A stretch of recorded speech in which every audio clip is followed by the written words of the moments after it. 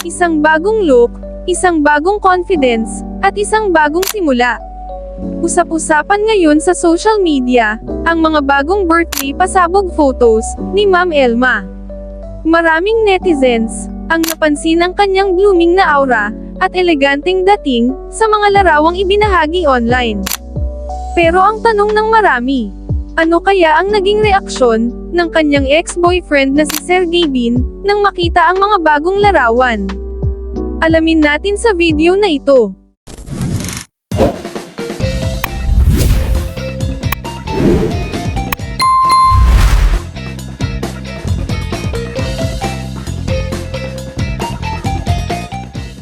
Sa pagdiriwang ng kanyang kaarawan, ibinahagi ni Ma'am Elma ang ilang magagandang larawan na agad humani ng libu-libong reactions at comments mula sa kanyang mga tagahanga. Makikita sa kanyang mga larawan ang isang simple, ngunit eleganteng estilo. Kitang-kita rin ang kanyang kumpiyansa at masayang ngiti, dahilan upang maraming netizens ang nagsabing mas blooming siya ngayon kaysa dati.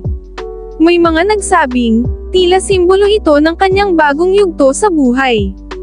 Isang yugto ng pagbangon, pagmamahal sa sarili, at pagharap sa kinabukasan, ng may positibong pananaw.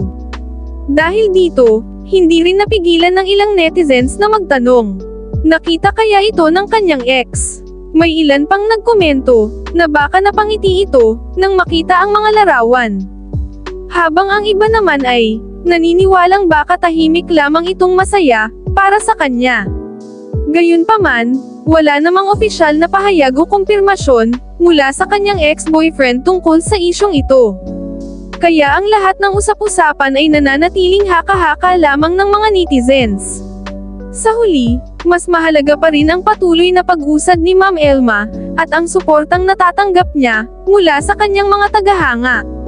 Kayo, ano ang masasabi ninyo sa bagong birthday photos ni Ma'am Elma?